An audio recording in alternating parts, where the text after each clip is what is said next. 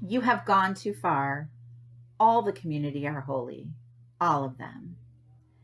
These are the words Korach, Moses' cousin, uses to begin his revolt, a revolt that famously ends with the ground opening up and swallowing him whole.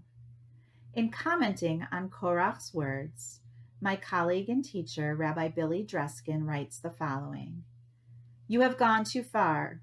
All the community are holy, all of them. What's so offensive about that? Korach approaches Moses and Aaron and shares his position that, well, actually, I'm not sure what position he was sharing. He did seem upset, though. For Korach, it does not end well. Rabbinic tradition sees Korach and his band as scum who deserved every bit of the dramatic and painful execution they received.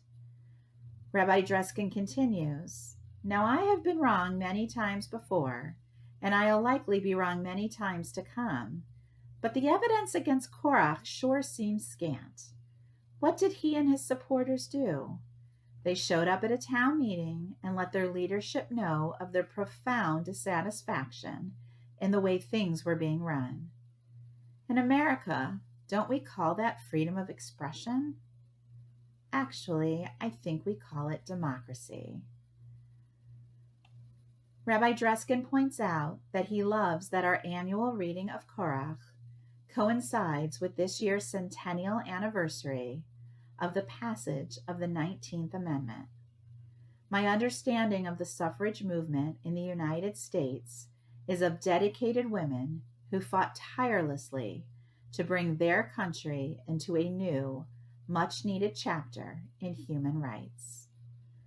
Relating Korach's revolt to that of the suffragists, Rabbi Dreskin writes, For me, Korach does seem rather hot-headed, but beyond that, I just don't know. Was he acting out of a true sense of justice and fairness for his people? Or was he just angry that he had been left out of the leadership he so desperately wanted into? The advancement of any important cause, Rabbi Dreskin continues, does not come without seemingly impossible obstacles to surmount. Whether it is war, disease, or meddlesome troublemakers who don't share a common passion for the community's well-being, good people are always going to have to work overtime in order to bring increased justice and equality into everyone's lives.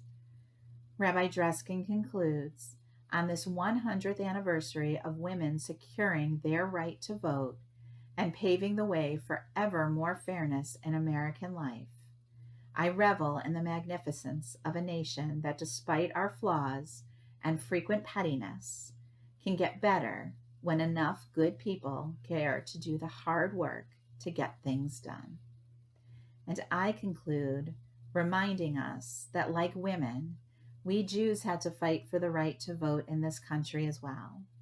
So for all those who live with marginalized identities, for all those who had to struggle for their rights, including the right to vote, for all those who continue to struggle today, we must not only exercise our right to vote, we must live up to our responsibility to vote. It is one way we can peacefully revolt against when we are unhappy with the status quo. One way, like Korach, we can say, You have gone too far. All the community are holy. All of them.